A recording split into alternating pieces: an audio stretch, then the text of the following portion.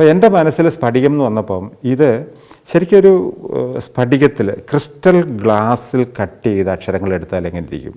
നല്ല ക്രിസ്റ്റലായിട്ടുള്ള നല്ല സുതാര്യമായിട്ടുള്ള ഗ്ലാസ്സുകളിൽ കട്ടിയുള്ള ഗ്ലാസ്സിൽ സ്ഫടികം എന്ന് പറഞ്ഞ അക്ഷരങ്ങൾ കട്ട് ചെയ്ത് വെച്ചിട്ടുള്ളൊരു സാധനം ചെയ്യാം. പക്ഷേ അക്ഷരങ്ങൾ കട്ട് ചെയ്യാനൊന്നും സമയമൊന്നുമില്ല. ഇത് കട്ട് ചെയ്തെടുക്കാമെന്ന് പറഞ്ഞാലുള്ള സാങ്കേതിക വിദ്യയും ഇവിടെ ഡെവലപ്പ് ചെയ്തിട്ട് എൻ്റെ അറിവിലില്ല. ഞാൻ പല സ്ഥലത്ത് അന്വേഷിച്ച് നോക്കി, അവിടെ ഒന്നും ഇല്ല ഈ സാധനം അന്ന്.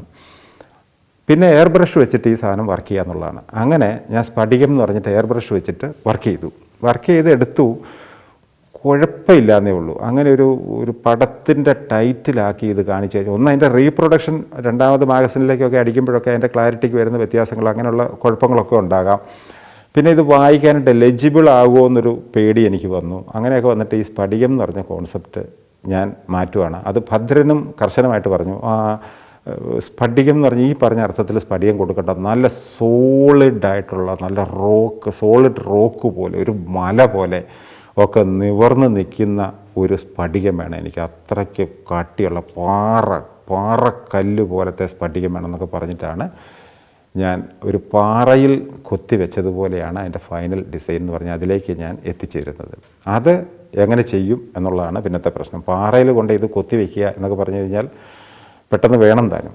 അപ്പോൾ അതിനെനിക്ക് അന്നേരം എൻ്റെ ബുദ്ധിയിൽ തോന്നിയൊരു സാധനം, ഈ സാധാരണ നമ്മൾ ഡിസൈൻ ചെയ്യാൻ ഉപയോഗിക്കുന്ന പേപ്പർ, ആ പേപ്പർ എടുത്തിട്ട് കയ്യിൽ പിടിച്ച് നന്നായിട്ട് ചുരുട്ടി കൂട്ടി കഴിയുമ്പം ഇതിൻ്റെ അകത്ത് കുറേയേറെ ഇത് നിവർക്കുമ്പം ഇതിൽ കുറേയേറെ മടക്കുകൾ വീണിട്ടുണ്ടല്ലോ. ആ മടക്കുകൾ ശരിക്ക് ഇത് വെച്ചിട്ട് നിവർത്തി വെച്ചിട്ട് അതിലേക്ക് എയർ ബ്രഷ് വർക്ക് ചെയ്ത് കഴിഞ്ഞാൽ ഈ ഓരോ മടക്കിൻ്റെയും പ്രൊജക്റ്റ് ചെയ്ത് നിൽക്കുന്ന ഭാഗവും അല്ലാത്ത ഭാഗവും, അപ്പോൾ അതിലൊരു പ്രത്യേക പാറ്റേൺ ഡെവലപ്പ് ചെയ്യും നമ്മൾ ഈ എയർ ബ്രഷ് വർക്ക് ചെയ്യുമ്പോൾ, സ്പ്രേ ചെയ്യുമ്പോഴത്തേക്കും.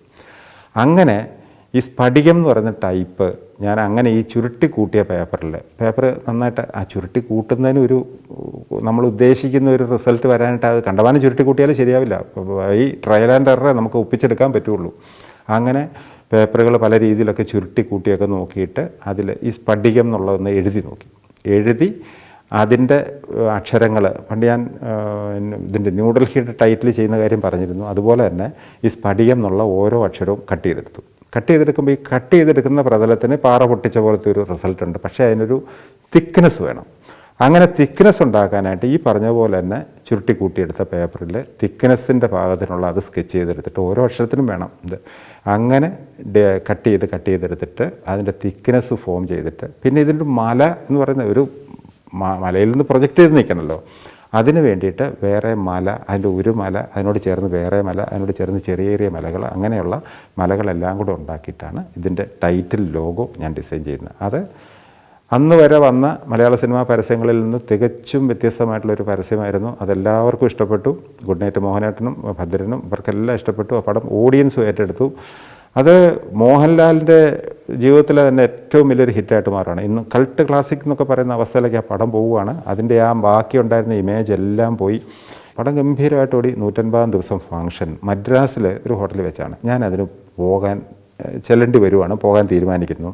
അങ്ങനെ അതും കുറച്ച് രസകരമായിട്ടുള്ള ചില സംഭവങ്ങൾ അതിൻ്റെ ഇടയ്ക്ക് ഉണ്ടായിന്ന് പറഞ്ഞാൽ, ഈ സിനിമയുടെ അന്നത്തെ ഒരു സിസ്റ്റം എന്ന് പറഞ്ഞാൽ ഇടയ്ക്കിടയ്ക്ക് മദ്രാസിൽ പോകേണ്ടി വരും. അത് പല എറണാകുളം ബേസ്ഡ് ആയിട്ടുള്ള അല്ലെ കോട്ടയോ തിരുവനന്തപുരം എവിടെയാണെങ്കിലും സിനിമയിലെ കൂടുതൽ വർക്കുകൾ ഇപ്പോൾ ചെന്നൈ മദ്രാസിൽ നടക്കുന്നത് കാരണം പലപ്പോഴും പല ആവശ്യത്തിനുമായിട്ട് മദ്രാസിൽ പോകേണ്ടി വരും. അപ്പോൾ ഇതിലെ പല TTEമാരെ, ട്രാവലിംഗ് ടിക്കറ്റ് എക്സാമിനർമാരെ ഈ സിനിമാ കമ്പനിക്കാർ സോപ്പിട്ട് നിർത്തിയേക്കും.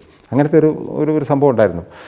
വിത്തൗട്ട് ടിക്കറ്റ് എന്ന് പറഞ്ഞാൽ അവിടെ ഓടി ചെന്നിട്ട് TTE കണ്ണ് കാണിച്ചിട്ട് ടിക്കറ്റ് എഴുതി ട്രെയിനെ കയറി പോയി കഴിഞ്ഞിട്ട് ടിക്കറ്റ് പാലക്കാടൊക്കെ ആകുമ്പോൾ എഴുതി കൊണ്ട് തരിക. അങ്ങനെയൊക്കെയുള്ള സംഭവങ്ങളൊക്കെ ഇഷ്ടം പോലെ, എനിക്കൊക്കെ ഇഷ്ടം പോലെ ഡെന്നിസ് എല്ലാവർക്കും സിനിമാ രംഗമായിട്ട് ബന്ധപ്പെട്ട എല്ലാവർക്കും അത് അനുഭവിക്കേണ്ടി വന്നിട്ടുണ്ട്. അപ്പോൾ അതിൻ്റെ ചില സംഭവങ്ങൾ നമ്പർ 20 മദ്രാസ് മെയിലിൽ ഇതുപോലത്തെ TTE ജോഷിയുടെ നമ്പർ 20 മദ്രാസ് മെയിലിൽ ഡെന്നിസ് എഴുതിയിട്ടുമുണ്ട്. ഇന്നസെൻറ്റും ജഗതിയാണ് ആ വേഷങ്ങൾ ചെയ്യുന്നത്. ഭയങ്കര രസമായിട്ടുള്ള 2 TTമാരുണ്ട്. അത് ഇത്തരം അനുഭവങ്ങളിൽ നിന്നാണ് അത്തരം TT കഥാപാത്രങ്ങൾ ഉണ്ടാകുന്നത്. അപ്പോൾ ഞാൻ പറഞ്ഞു വന്നത്, ഈ മദ്രാസിലേക്ക് ഫംഗ്ഷന് പോവുക അല്ലെങ്കിൽ എന്തെങ്കിലും ഒരു ആവശ്യത്തിന് പോകുക എന്ന് പറഞ്ഞാൽ നേരത്തെ പെട്ടെന്ന് തീരുമാനിക്കുന്നതായിരിക്കും. നമ്മുടെ കയ്യിൽ ടിക്കറ്റ് ഉണ്ടാവില്ല. അപ്പോൾ ഈ ഡിസ്ട്രിബ്യൂഷൻ കമ്പനി മാനേജർമാർ അല്ലെങ്കിൽ അതുമായിട്ട് ബന്ധപ്പെട്ട ആൾക്കാർ ചെയ്യുന്ന എങ്ങനെയെങ്കിലുമൊക്കെ പറഞ്ഞാൽ ഓടി ഇപ്പം അശോക് എന്നുള്ള പേരിൽ സഞ്ചരിക്കുന്ന വേറൊരാളായിരിക്കും, ആ പേരിലായിരിക്കും ചിലപ്പോൾ ഞാൻ സഞ്ചരിക്കുന്നത്. അങ്ങനെ പേര് അന്ന് ഈ തിരിച്ചറിയൽ കാർഡോ അങ്ങനെയുള്ള സംഭവമൊന്നുമില്ല. വെറുതെ ടിക്കറ്റ് കാണിച്ചു, ഓക്കെ, അങ്ങനെ പോയി.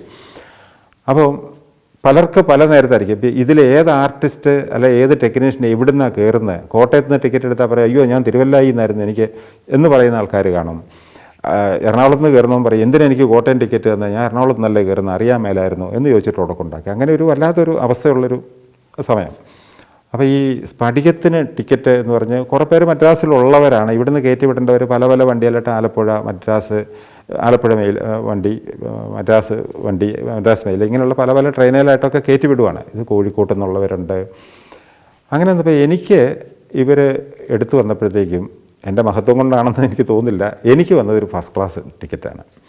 ബാക്കിയുള്ള കുറച്ച് പേര് സെക്കൻഡ് ക്ലാസ് എ സിയിലുണ്ട്.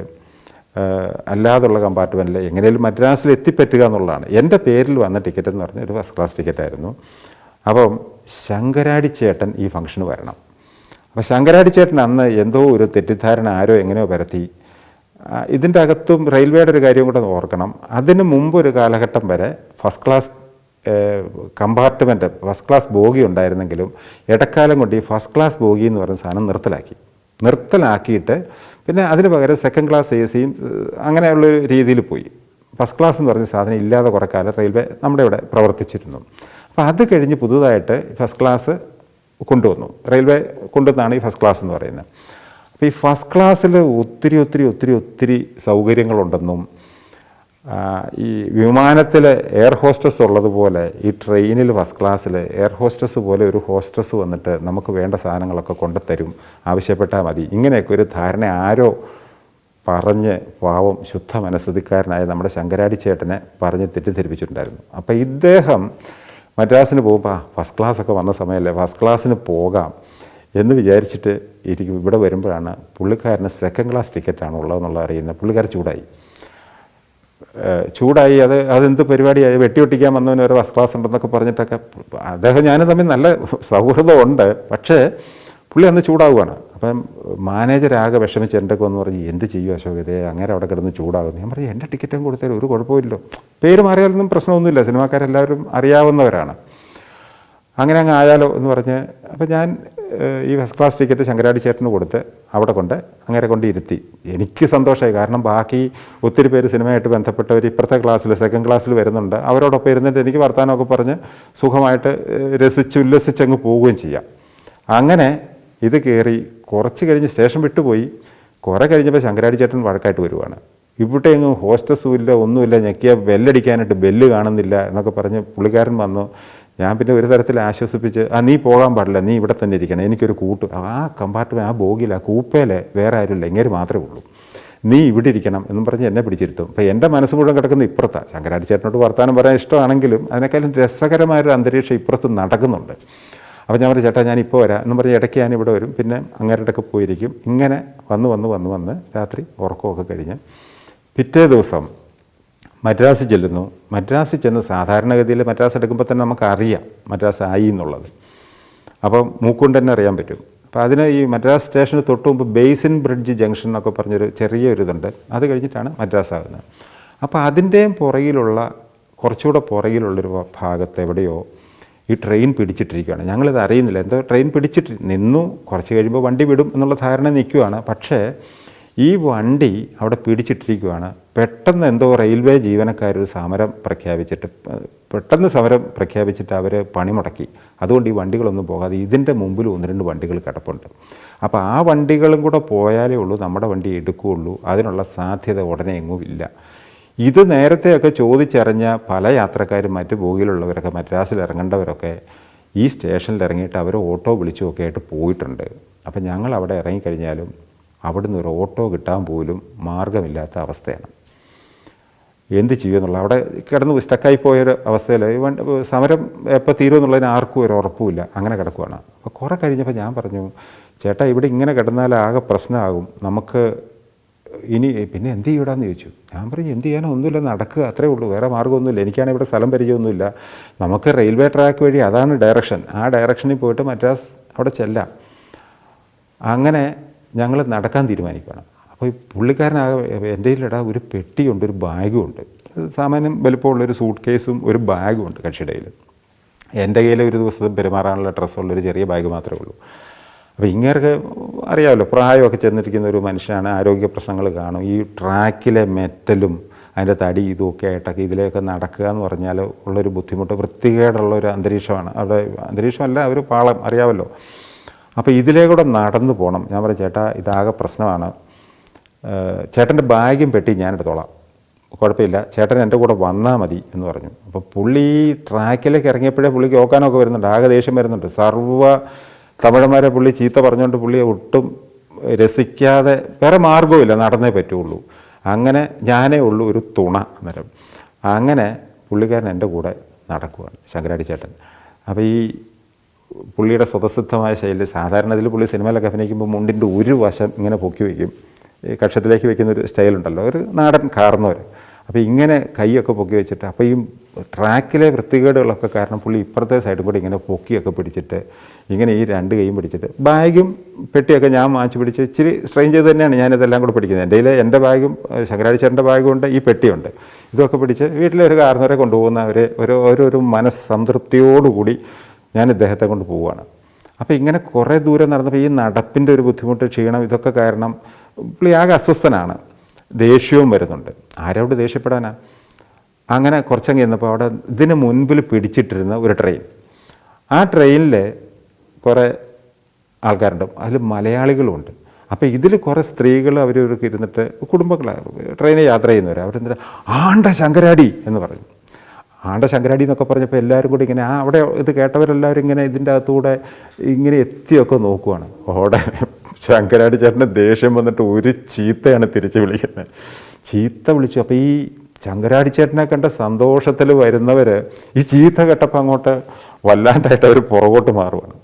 ഇതും കഴിഞ്ഞ് അടുത്ത ഇങ്ങനെ പിന്നെ നടക്കുമ്പോൾ അടുത്ത കമ്പാർട്ട്മെൻറ്റിൽ നിന്നും അല്ലെങ്കിൽ അടുത്ത ജനാലക്കൽ നിന്നും വീണ്ടും ഇതേ റിയാക്ഷൻ വരുവാണ്. അപ്പോഴും പുള്ളി ചീത്ത പറഞ്ഞു. ഇങ്ങനെ എനിക്കൊന്നും പറയാനും പറ്റുന്നില്ല, ശങ്കരാടി അവർ കേട്ടോണ്ടിരിക്കുമല്ലേ. അപ്പം ഞാൻ മൂന്നാമത്തെ ജനലായപ്പോഴത്തേക്ക് ഞാൻ പറഞ്ഞു, ചേട്ടൻ എന്താ ഈ കാണിക്കുന്നത്? ചേട്ടനെയൊക്കെ സ്ക്രീനെ കണ്ടുള്ള പരിചയമുള്ളൂ ഇവർക്ക്. അപ്പോൾ അവരെ നേരിൽ ഇങ്ങനെ ശങ്കരാടി ചേട്ടനെ ഈ ഒരു അവസ്ഥയെ കാണുമ്പോൾ ഉള്ള അവരുടെ സന്തോഷം കാരണം, അവരൊക്കെ ചേട്ടൻ്റെ ആരാധകരാണ്, അതുകൊണ്ടാണ് ഇങ്ങനെ ചെയ്യുന്നത്. അത് ശങ്കരാടി ചേട്ടനെ കാണിച്ച മോശമായിപ്പോയി. അങ്ങനെയാണോ? അവരാരാധകരാണോ? ഞാൻ പറയും പിന്നല്ലേ, അവർ സ്ക്രീനിൽ മാത്രം ചേട്ടനെ കണ്ടവർ. അപ്പോൾ ഇനിയിപ്പോൾ എന്നാണ് ചെയ്യേണ്ടത്? ഞാൻ പറഞ്ഞു ഇനിയിപ്പോൾ എന്നാ, മനുഷ്യരോട് സാധാരണഗതി പെരുമാറുന്ന പോലെ അങ്ങ് പെരുമാറുക എന്ന് പറഞ്ഞു. അത് കഴിഞ്ഞപ്പോഴാണ് അതിനേക്കാളും രസമുണ്ടായത്. അടുത്ത ബോഗിയുടെ ആ ഭാഗം ജനാലയ്ക്ക് വരുമ്പോൾ അവിടെ ഇതുപോലെ ആൾക്കാർ പുള്ളിയെ കണ്ട് തിരിച്ചറിഞ്ഞിട്ട് ആണ്ടെ ശങ്കരാടി ചേട്ടൻ എന്നൊക്കെ പറയുമ്പോൾ പുള്ളി നിൽക്കുന്ന അവസ്ഥയൊന്നും ഓർക്കണ്ട, രണ്ട് കക്ഷത്തിലും മുണ്ട് പിടിച്ചിരിക്കുന്ന ആൾ അവരെ വിനീതമായിട്ടൊന്ന് തൊഴുതിട്ട് അവർ ചേട്ടാ പോകാം. അങ്ങനെ പോയൊരു വളരെ രസകരമായിട്ടുള്ള ഈ ശങ്കരാടി ചേട്ടൻ ഞാനും തമ്മിലുള്ളൊരു ബന്ധം തുടങ്ങുന്നത് തന്നെ ഉടക്കോട് കൂടിയിട്ടാണ്. ഇദ്ദേഹത്തിന് എങ്ങനെയോ ഒരു തെറ്റിദ്ധാരണ വന്നു, ശങ്കരാടി ചേട്ടനെ ഞാൻ ഒഴിവാക്കുന്നു, പോസ്റ്ററുകളിലോ ഡിസൈനുകളിലോ ഒന്നും അദ്ദേഹത്തിൻ്റെ ഫിഗറുകൾ പടങ്ങൾ ഞാൻ ഉപയോഗിക്കുന്നില്ല എന്നൊരു തെറ്റിദ്ധാരണ എങ്ങനെയൊക്കെ വന്നുകൂടി. ചിലപ്പോൾ അവരഭിനയിച്ച ചില പടങ്ങളിൽ ചില പ്രത്യേക വേഷമുള്ളതിന് കൂടുതൽ പ്രോമിനൻസ് കിട്ടുമെന്നൊക്കെ ഉള്ളുകൊണ്ട് കരുതിയിരുന്നിട്ട് അത് പോസ്റ്ററിൽ വരാതിരുന്നുകൊണ്ടാകാം, എന്തോ കുറ്റം എൻ്റെ തന്നെയാണ്.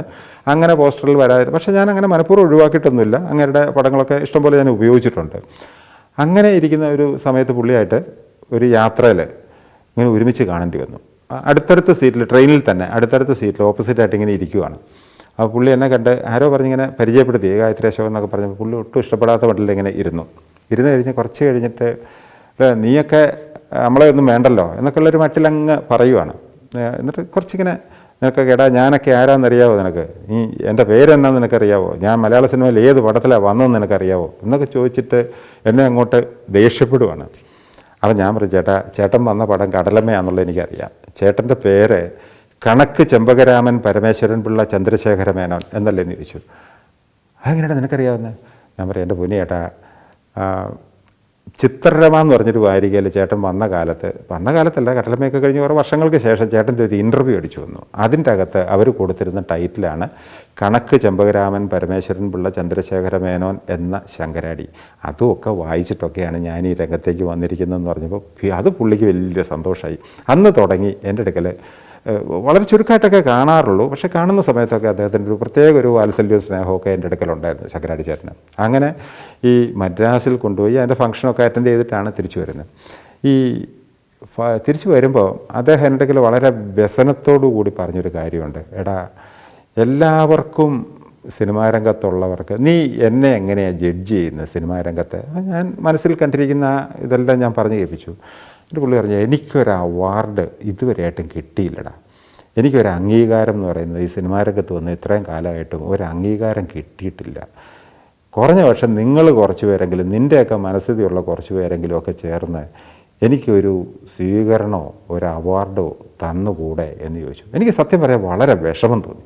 അങ്ങനെ ഒരു ശങ്കരാടിയെ പോലത്തെ ഒരു ഉന്നതനായ ഒരു ആർട്ടിസ്റ്റ് അങ്ങേര് പ്രസൻറ്റ് ചെയ്യുന്ന വേഷം, അങ്ങേര് അവതരിപ്പിച്ച ഒരു വേഷം പകരക്കാരനില്ല. ശങ്കരാടിക്ക് പകരം വയ്ക്കാനായിട്ട് ഇന്ന് അതുപോലത്തെ ഒരു ക്യാരക്ടറിന് പറ്റിയ ഒരാൾ ഇന്നുമില്ല അന്നുമില്ല. ശങ്കരാടി എന്ന് പറഞ്ഞാൽ ശങ്കരാടി തന്നെയാണ്. അദ്ദേഹം ഹ്യൂമറാണെങ്കിലും സീരിയസ് ആണെങ്കിലും ഓപ്പോളിലൊക്കെ സീരിയസ് ആയിട്ട് ചെയ്തിരിക്കുന്ന വേഷം എല്ലാ പേരെടുത്ത്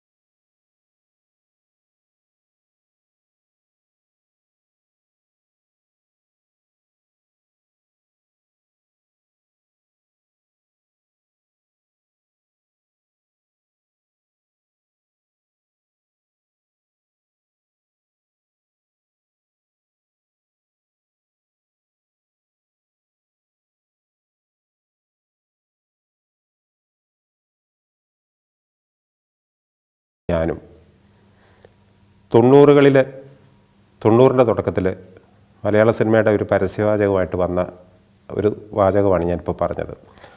ആ പരസ്യവാചകം എഴുതി തന്നത് MT വാസുദേവൻ നായർ. ചിത്രം അനുഗ്രഹ സിനി ആർട്സിൻ്റെ താഴ്വാരം. ഭരതനാണ് സംവിധാനം. ചിത്രം നിർമ്മിച്ചിരിക്കുന്ന BBK മേനോൻ. ഇപ്പോഴും പ്രേക്ഷകർ കണ്ട് ആസ്വദിക്കുന്ന, യൂട്യൂബിലും വീഡിയോ ആയിട്ടും ഒക്കെ കാസറ്റ് CD ആയിട്ടും ഒക്കെ കണ്ട് ആസ്വദിക്കുന്നൊരു ചിത്രമാണ് താഴ്വാരം. ശരിക്കൊരു ഹോളിവുഡ് വെസ്റ്റേൺ ഫിലിമിൻ്റെ സ്റ്റൈലിലെടുത്തിരിക്കുന്ന, ചെമ്മണ്ണിൻ്റെ ഒക്കെ ഒരു സ്വഭാവം വരത്തക്ക രീതിയിലുള്ള പശ്ചാത്തലവും ഒക്കെ ആയിട്ടുള്ള അതിശക്തമായിട്ടുള്ളൊരു പ്രതികാര കഥയാണ് MT വാസുദേവൻ നായർ ഈ താഴ്വാരം എന്ന ചിത്രത്തിന് വേണ്ടിയിട്ട് തയ്യാറാക്കിയത്. അത് ഭരതേട്ടൻ നല്ല അസലായിട്ട്, അവർ തമ്മിലുള്ള ഡിസ്കഷൻ തന്നെ ഭയങ്കര രസമായിരുന്നു. നല്ല ചുവപ്പ് നിറം, ചെങ്കല്ലിൻ്റെ നിറം അല്ലെങ്കിൽ ചെമ്മണ്ണിൻ്റെ നിറം, അതല്ലേ പശ്ചാത്തലത്തിൽ വേണ്ടത് എന്നാണ് സ്ക്രിപ്റ്റ് കുറെ വായിച്ചു കഴിഞ്ഞപ്പോഴത്തേക്കും ഭരതേട്ടൻ MTയോട് ചോദിക്കുന്നത്. നല്ല ചെമ്മണ്ണിൻ്റെ നിറം. ഈ ഒരു സെൻറ്റൻസ്, ഭരതേട്ടൻ പറഞ്ഞ ഒരു സെൻറ്റൻസ് എനിക്ക് സ്ട്രൈക്ക് ചെയ്തിട്ട്, ഞാൻ പറയുന്ന അതിൻ്റെ പരസ്യ ഡിസൈനെ കുറിച്ചാണ് കൂടുതലും പറയുന്നത്. എനിക്കത് സ്ട്രൈക്ക് ചെയ്തിട്ട് ഞാൻ അതിൻ്റെ ഡിസൈൻസ് ചെയ്തപ്പോൾ മിക്കവാറും ഈ ചെമ്മണ്ണിൻ്റെ നിറം അതിന് വരാനായിട്ട്, ആ ഡിസൈനിൽ വരാനായിട്ട്, അതുപോലെ ഈ മൺവെട്ടി, പിക്കാസ് അതുപോലുള്ള സാധനങ്ങൾ കൊണ്ട് ഈ ചെമ്മണ്ണിൻ്റെ ചെങ്കല്ലുള്ള പ്രദേശത്ത് വെട്ടി അറിഞ്ഞിങ്ങനെ താഴ്ത്തി വരുമ്പോൾ കിട്ടുന്നൊരു ടെക്സ്ചറുണ്ട്. ആ ടെക്സ്ചർ എൻ്റെ ഡിസൈനുകളിൽ വേണം എന്നൊരാഗ്രഹം തോന്നിയിട്ട് ഞാൻ ആ ഡിസൈനുകൾക്ക് ഉപയോഗിച്ചത്, സാറിന് എയർ ബ്രഷോ അങ്ങനെയുള്ളതൊന്നും അല്ല, അതിന് വേണ്ടിയിട്ട് ഞാൻ ഓയിൽ പേസ്റ്റൽസാണ് ഉപയോഗിക്കുന്നത്. അപ്പോൾ ഇതിന് കിട്ടിയ നല്ല അസലായിട്ടുള്ള ഫോട്ടോഗ്രാഫ്സാണ് കിട്ടിയത്, സ്റ്റിൽസ്. ആ സ്റ്റിൽസ് അതിന് സമാനം കട്ടിയുണ്ടാകും, ഒരു 1/2 മില്ലിമീറ്ററോ ഒക്കെയുള്ള തിക്നെസ് ഉള്ളത് കാരണം ഇത് പേപ്പറിലേക്ക് പേസ്റ്റ് ചെയ്ത് കഴിഞ്ഞാൽ ആ പോർഷൻ ഇങ്ങനെ, ആ സ്റ്റില്ല് കുറച്ച് പ്രൊജക്റ്റ് ചെയ്ത് നിൽക്കും. അത് വരാതിരിക്കാനായിട്ട് ഈ ചെങ്കല്ലിൻ്റെ ടെക്സ്ചറൂടെ കിട്ടാൻ വേണ്ടിയിട്ട് ഞാൻ ഹാൻഡ് മെയ്ഡ് പേപ്പറാണ് ഡിസൈൻ ചെയ്യാനായിട്ട് അതിന് ഉപയോഗിച്ചത്. അപ്പോൾ ഈ സ്റ്റില്ലിൻ്റെ പുറകിലുള്ള ഒരു ലെയർ അങ്ങ് പൊളിച്ച് കളയും. കീറിക്കളഞ്ഞിട്ട് ആ സ്റ്റില്ലിൻ്റെ എമൽഷൻ സൈഡിൻ്റെ ആ ഒരു ലെയർ മാത്രം എടുത്തിട്ട് നന്നായിട്ട് ഈ ഹാൻഡ് മെയ്ഡ് പേപ്പറിലേക്ക് ചേർത്ത് പേസ്റ്റ് ചെയ്തിട്ടാണ് ഈ ഓയിൽ പേസ്റ്റൽസ് വെച്ചിട്ട് അതിൻ്റെ മുകളിൽ വർക്ക് ചെയ്യുന്നത്. അപ്പോൾ അതിന് വേണ്ടിയിട്ട് ഭരതേട്ടൻ തയ്യാറാക്കിയ ഒരു ടൈറ്റിൽ ഉണ്ടായിരുന്നു, ടൈറ്റിൽ ലോഗോ താഴ്വാരം എന്നുള്ളത്. അദ്ദേഹം അത് ചെയ്തത് ചെമ്മണ്ണ് കുഴച്ച് അതുകൊണ്ട് ഒരു താഴ്വാരം എന്നുള്ള ഏകദേശം ഒരു ചതുര വടിവിൽ വരുന്ന അക്ഷരങ്ങൾ ക്രിയേറ്റ് ചെയ്തിട്ട് അത് നല്ല ഒരു സോളിഡ് ബ്ലോക്ക് പോലെയാക്കി അതിൻ്റെ ഫോട്ടോ എടുത്തിട്ട് തരുവാണ് ചെയ്തത്. അപ്പോൾ ഇത് വെച്ചിട്ട് എൻ്റെ ആവശ്യങ്ങൾക്കുള്ള എൻ്റെ ഡിസൈൻ ചെയ്യാനായിട്ട് ഫർദർ ഡിസൈൻസിന് ആവശ്യമുള്ള സാധനങ്ങളെല്ലാം ഞാൻ അതിൻ്റെ ആവശ്യത്തിനനുസരിച്ചുള്ള പ്രിൻ്റ് ഇട്ടിട്ട് ഉപയോഗിക്കുകയാണ് ചെയ്തത്. അതിൽ ആ പടത്തിൽ എല്ലാവർക്കും അറിയാം, കണ്ടതുകൊണ്ട് ഞാൻ പിന്നെ ആവർത്തിക്കേണ്ട കാര്യമില്ല. മോഹൻലാൽ, സുമലത, പിന്നെ ഒരു വില്ലൻ ഉണ്ടായില്ലേ, ആ വില്ലൻ സലീം ഗൗസ് എന്നാണ് ആ നടൻ്റെ പേര്. വില്ലൻ നല്ലൊരു പ്രതികാര കഥയാണ്, വളരെ രസകരമായിട്ട് വരുന്ന ഒരു പ്രതികാര കഥയാണ്. അതായത് അന്തരീക്ഷത്തിലൊക്കെ ഒരു ചോരയുടെയൊക്കെ ഒരു ഗന്ധം ഇങ്ങനെ നിറഞ്ഞു നിൽക്കുന്നത് പോലുള്ള ഒരു പശ്ചാത്തലം വേണം ആ സിനിമയ്ക്ക്. അതിന് ഭരതേട്ടൻ അസല് പിക്ചോറിയൽ വാല്യൂ ഉള്ള ഫ്രെയിംസാണ്. ഞാൻ പറഞ്ഞല്ലോ നേരത്തെ, ഒരു വെസ്റ്റേൺ സ്റ്റൈൽ, ഒരു വെസ്റ്റേൺ ഫിലിമിൻ്റെ ഒരു തോന്നൽ, അതുപോലത്തെ ഒരു പശ്ചാത്തലം പോലെ തോന്നത്തക്ക രീതിയിലാണ് ഭരതേട്ടൻ അതിൻ്റെ അതിമനോഹരമായ ഫ്രെയിമുകളെല്ലാം കമ്പോസ് ചെയ്തത്. അപ്പോൾ അതിൽ ഈ ഞാൻ പറഞ്ഞല്ലോ ഒരു പ്രതികാരദാഹത്തിൻ്റെ, ഏത് സമയവും ഒരു കൊലപാതകം നടന്നേക്കാം, അല്ലെ മൃതശരീരങ്ങൾ ആ മണ്ണിൽ വീണേക്കാം എന്നൊരു തോന്നൽ വരുത്താൻ വേണ്ടിയിട്ട് ഭരതേട്ടനിലെ ആർട്ടിസ്റ്റ്, ശരിക്കുള്ളൊരു പെയിൻറ്റർ ഉണർന്നിട്ട് അദ്ദേഹം അതിനുവേണ്ടി കണ്ടുപിടിച്ചൊരു മാർഗം, അത് നേരത്തെ അദ്ദേഹം വൈശാലിക്ക് വേണ്ടി ഉപയോഗിച്ചിട്ടുണ്ട്. വൈശാലിയിലും ഇതുപോലത്തെ കുറച്ച് വൾച്ചേഴ്സ്, കഴുകന്മാർ, അങ്ങനെ ഒരു 3-4 കഴുകന്മാരെ കൊണ്ടുവന്നിട്ട് ഇതിൻ്റെ പശ്ചാത്തലത്തിൽ അവിടെ ഇവിടെയായിട്ട് പ്ലേസ് ചെയ്തു. ഈ കഴുകൻ എന്ന് പറഞ്ഞാൽ അതിന് അവിടെ നിർത്തിക്കഴിഞ്ഞാൽ അത് വെറുതെ അവിടെ ഇരിക്കത്തേ ഉള്ളൂ. അതിൻ്റെ ഒരു മൂവ്മെൻറ്റോ കാര്യങ്ങളൊക്കെ ഫീൽ ചെയ്ത ഒരു മാംസം കൊതിക്കുന്ന, അല്ലെങ്കിൽ രക്തം രുചിക്കാനായിട്ട് ആഗ്രഹിക്കുന്ന ആ ഒരു കഴുകൻ്റെ ഒരു ഫീൽ വരണം എന്നുണ്ടെങ്കിൽ അതിൻ്റെ ഒരു മൂവ്മെൻറ്റ് വരണം. അതിനുവേണ്ടി അവർ ചെയ്യുന്ന ഈ പക്ഷികളെ കൊണ്ടിരുന്ന, മൃഗങ്ങളെ ട്രെയിൻ ചെയ്ത് കൊണ്ടിരുന്ന ആൾക്കാർ ചെയ്യുന്നത്, പ്രത്യേകിച്ച് കഴുകൻ്റെ കാര്യത്തിൽ, ഇതിൻ്റെ മേത്തേക്ക്, ഈ കഴുകൻ്റെ ശരീരത്തിലേക്ക് കുറേ വെള്ളം കോരി ഒഴിക്കും. അപ്പോൾ ഈ വെള്ളം വീണ് കഴിയുമ്പോൾ ഇതൊന്ന് ഈ ചിറകൊക്കെ ഒന്ന് വിടർത്തി ഒന്ന് ഇളകിയൊക്കെ ഇരിക്കും. ഈ ഷോട്ട് എടുക്കുന്നതിന് മുമ്പ് ഇത്തരം രീതി അവലംബിച്ചിട്ടാണ് അതിൻ്റെ ഷോട്ടുകൾ എടുത്തിരിക്കുന്നത്. അതിമനോഹരം എന്നേ പറയാനുള്ളൂ.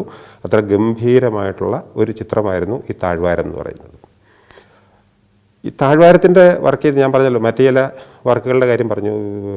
മഞ്ചീരധ്വനി എന്നൊക്കെ പറയുന്ന, മഞ്ചീരധ്വനിയല്ല, ദേവരാഗം എന്ന് പറയുന്ന പടം, അതൊക്കെ വരുന്ന സമയത്ത് ഭരതേട്ടന് വേണ്ടി ഞാൻ ഒത്തിരി വർക്കുകൾ ചെയ്തിട്ടുണ്ട്.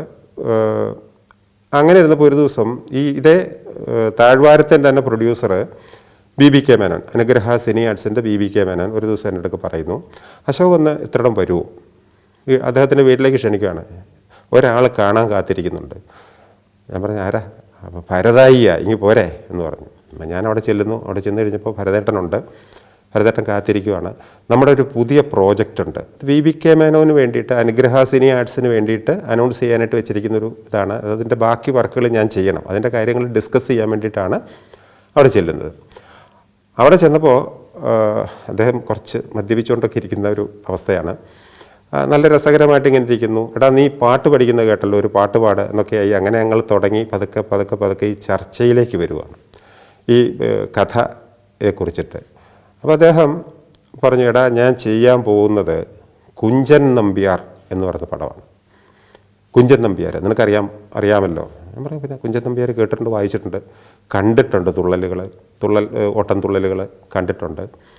അപ്പോൾ അതിന് നമുക്ക് മോഹൻലാലാണ് അഭിനയിക്കുന്നത് കുഞ്ചൻ നമ്പ്യാരായിട്ട്. നമുക്കൊരു പരസ്യം മനോരമ പത്രത്തിൻ്റെ, അതുപോലെ മാതൃഭൂമി പത്രത്തിൻ്റെ, മലയാളത്തിലെ ഏറ്റവും ലീഡിങ് ആയിട്ടുള്ള 2 പത്രങ്ങളാണ്. അതിൻ്റെ ഫ്രണ്ട് പേജിൽ നമുക്കൊരു 3 കോളം 25 സെൻറ്റിമീറ്റർ വലുപ്പത്തിൽ പരസ്യം ചെയ്യണം. ഞാൻ അതിന് 1-2 സ്കെച്ച് ചെയ്തിട്ടുണ്ട്, നീ അതൊന്ന് കണ്ടു നോക്ക് എന്ന് പറഞ്ഞ് ഈ സ്കെച്ച് കാണിക്കാൻ വേണ്ടിയിട്ടും ഇതിനെക്കുറിച്ച് ബാക്കി കഥകളെ കാര്യങ്ങൾ സ്ക്രിപ്റ്റ് ഇതൊക്കെ ഡിസ്കസ് ചെയ്യാനൊക്കെ വേണ്ടിയിട്ടാണ് അദ്ദേഹം വിളിച്ചിരിക്കുന്നത്. അദ്ദേഹം ആ സ്കെച്ച് ബുക്ക് എടുത്ത് എന്നെ കാണിച്ചു. ഞാൻ അത് നോക്കി. ഭരതേട്ടൻ സ്കെച്ച് ചെയ്തൊരു സാധനമല്ല, കാണാൻ വളരെ ആകാംക്ഷയുണ്ട്.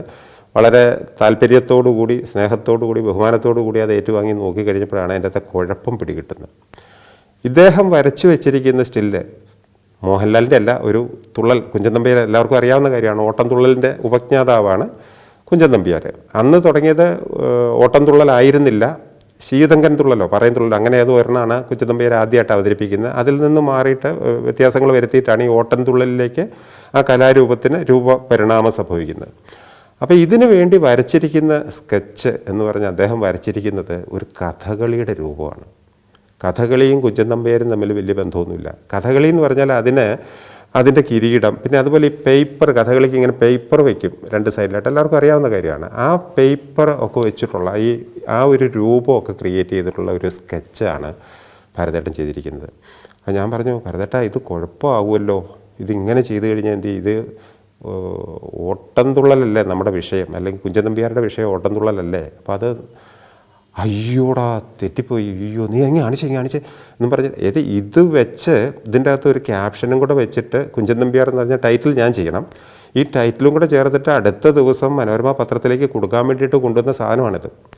ഭരതേട്ടൻ പെട്ടെന്ന് ഇത് വാങ്ങിച്ചിട്ട് വലിച്ച് കീറി ചുരുട്ടിക്കുട്ടിയും കളഞ്ഞാൽ എന്ത് പണിയായി കാണിച്ചത്. അത് ഭരതേട്ടൻ വരച്ചപ്പോൾ ഓട്ടംതുള്ളലാകണമെന്നില്ലല്ലോ, ഭരതേട്ടൻ വരച്ചൊരു കഥകളിയുടെ രൂപമായിട്ട് എനിക്കത് സൂക്ഷിച്ചു വയ്ക്കാമായിരുന്നല്ലോ എന്ന് ഞാൻ പറഞ്ഞു. ആടാ അത് വേണ്ട, നീ അതെങ്ങാണം ഇത് കുഞ്ചൻനമ്പ്യാർ. ഞാൻ പറഞ്ഞു ഇല്ല, കുഞ്ചൻനമ്പ്യാർ എന്ന് പറഞ്ഞിട്ടൊന്നും ഞാൻ പുറത്ത് കാണിക്കാനൊന്നും പോകുന്നില്ല, അതിങ്ങനെ എനിക്കത് സൂക്ഷിച്ചു വയ്ക്കാമായിരുന്നു. എനിവേ ഞാൻ ആ മുറിഞ്ഞു പോയ 4 മുറിഞ്ഞു പോയ കടലാസ് കഷ്ണങ്ങളൊക്കെ ഞാനെടുത്ത് പോക്കറ്റിൽ വെച്ചുകൊണ്ട് ഞാൻ ഇങ്ങ് പോരുകയും ചെയ്തു. അങ്ങനെ അന്ന് രാത്രിയിൽ കുറേ നല്ല പാട്ടുകളൊക്കെ പാടി, എടാ നീ കല്യാണി രാഗം കേട്ടിട്ടുണ്ടോ, ശരി പാട്, കല്യാണി പാടുന്നു, നീലാംബരി പാടുന്നു, ആനന്ദഭൈരവി പാടുന്നു, നീ പാട് എന്നായി. അങ്ങനെ ഞങ്ങൾ വളരെ രസകരമായിട്ടുള്ള ഒരു രാത്രി അന്ന് കഴിഞ്ഞു പോയി. പക്ഷേ ഈ കുഞ്ചൻനമ്പ്യാരെക്കുറിച്ച് അദ്ദേഹം അന്ന് പ്ലാൻ ചെയ്ത് വെച്ചിരുന്ന, അന്ന് പറഞ്ഞിരുന്ന ആ സ്ക്രിപ്റ്റും കാര്യങ്ങളുമൊക്കെ ആ സിനിമ പുറത്തു വന്നിരുന്നെങ്കിൽ അത് VBK മേനോനും ഭരതേട്ടനും പിന്നെ അതുമായിട്ട് ബന്ധപ്പെട്ട് പ്രവർത്തിക്കുന്ന ഞങ്ങൾക്കെല്ലാവർക്കും, ഇൻക്ലൂഡിങ് മീ, എനിക്കടക്കമുള്ള എല്ലാവർക്കും, മലയാള പ്രേക്ഷകർക്കും വളരെ നല്ല ഒരു അനുഭവമായിട്ട് മാറേണ്ട ഒരു സ്ക്രിപ്റ്റാണ് അന്ന് ഭരതേട്ടൻ പറഞ്ഞ് കേൾപ്പിക്കുന്നത്. സ്ക്രിപ്റ്റ് എഴുതിയതല്ല, ഇങ്ങനെ ഓരോ സീനുകളായിട്ട് ഇങ്ങനെ എന്നെ പറഞ്ഞ് കേൾപ്പിക്കുന്നത്. അത് അദ്ദേഹത്തിൻ്റെ നടക്കാതെ പോയൊരു സ്വപ്നമായതിൽ എനിക്കും വിഷമമുണ്ട്. പക്ഷേ ഇപ്പോൾ കേൾക്കുന്നു ആ സബ്ജക്റ്റല്ല, കുഞ്ചൻനമ്പ്യാർ എന്ന് പറയുന്ന സബ്ജക്റ്റ് ഹരൻ സാറ് ചെയ്യാനായിട്ട് പ്ലാനിടുന്നതായിട്ട് കേട്ടു. എന്തു വന്നാലും വടക്കൻ വീരഗാഥ പോലെയോ പഴശ്ശിരാജ പോലെയൊക്കെയുള്ള ചിത്രങ്ങൾ എടുത്തിട്ടുള്ള എത്രയോ പ്രഗത്ഭനായിട്ടുള്ള ആളാണ് ഹരൻ സാറ്. അദ്ദേഹം പറയുന്ന വിഷയം കുഞ്ചൻനമ്പ്യാർ തന്നെയാണല്ലോ, ഭരതേട്ടൻ്റെ സ്ക്രിപ്റ്റ് അല്ല, അല്ലെങ്കിൽ അദ്ദേഹം തയ്യാറാക്കിയ കഥ ഇതൊന്നും അല്ല, സംഭവങ്ങളൊന്നും ആയിരിക്കില്ല ഹരൻ സാറ് ചെയ്യാൻ പോകുന്നത്. അദ്ദേഹം സ്വന്തമായിട്ട് ഗവേഷണം നടത്തുകയും പല സ്ഥലങ്ങളിലും പോയിട്ട്, ലക്കിടി പോലുള്ള സ്ഥലങ്ങളിലൊക്കെ പോയിട്ട് താമസിച്ചും അവിടെയുള്ള ആൾക്കാരുടെ അമ്പലപ്പുഴ ഇവിടെയൊക്കെ പോയി അന്വേഷിച്ച് കുഞ്ചൻനമ്പ്യാരുടെ ഇതുവരെ പുറത്തു വരാത്ത, അല്ലെങ്കിൽ പുറത്ത് പലർക്കും അറിയാൻ പാടില്ലാത്തതായിട്ടുള്ള പല കഥകളും സംഭവങ്ങളും ഒക്കെ കളക്ട് ചെയ്തിട്ട് അത് വെച്ചിട്ട് ഒരു സബ്ജക്റ്റ് ചെയ്യുന്നതായിട്ട് അറിഞ്ഞു. കുഞ്ചൻനമ്പ്യാർ എന്നുള്ള പേരിൽ തന്നെ ഇങ്ങനെ സബ്ജക്റ്റ് ചെയ്യുന്നതായിട്ട് അറിഞ്ഞു. അത് വരുന്നെങ്കിൽ വരാൻ വേണ്ടിയിട്ട് നമ്മൾക്ക് മലയാള പ്രേക്ഷകർക്ക് എല്ലാവർക്കും സന്തോഷമായിട്ട് ആകാംക്ഷയോടുകൂടി തന്നെ കാത്തിരിക്കാൻ പറ്റുമെന്നാണ് എനിക്ക് പറയാനുള്ളത്. ഇന്ന് വൈകിട്ട് 6 മണിക്ക് തൃശ്ശൂർ വെച്ച് ഫംഗ്ഷൻ നടക്കുകയാണെങ്കിൽ എറണാകുളത്തുള്ള എൻ്റെ ഓഫീസിലേക്ക് എനിക്കൊരു കോൾ വരുവാണ്. വിളിക്കുന്ന അവരുടെ മാനേജരാണ്, രവിച്ചേട്ടൻ എന്ന് ഞാൻ വിളിക്കുന്ന അവരുടെ മാനേജരാണ് വിളിച്ചിരിക്കുന്നത്. അശോക, ഇന്ന് നമ്മുടെ പടത്തിൻ്റെ ഫംഗ്ഷനാണ്, 150 ദിവസം ഫംഗ്ഷൻ തൃശ്ശൂർ വെച്ച് നടത്തുവാണ്. വിളിക്കേണ്ടവർ വിളിച്ചില്ല എന്ന് കരുതി വരാതിരിക്കരുത്, അശോകനെ ഞാൻ വിളിക്കുവാണ്, വരണം എന്ന് പറഞ്ഞു. അപ്പോൾ എനിക്ക് പരിപൂർണമായിട്ട് മനസ്സിലായി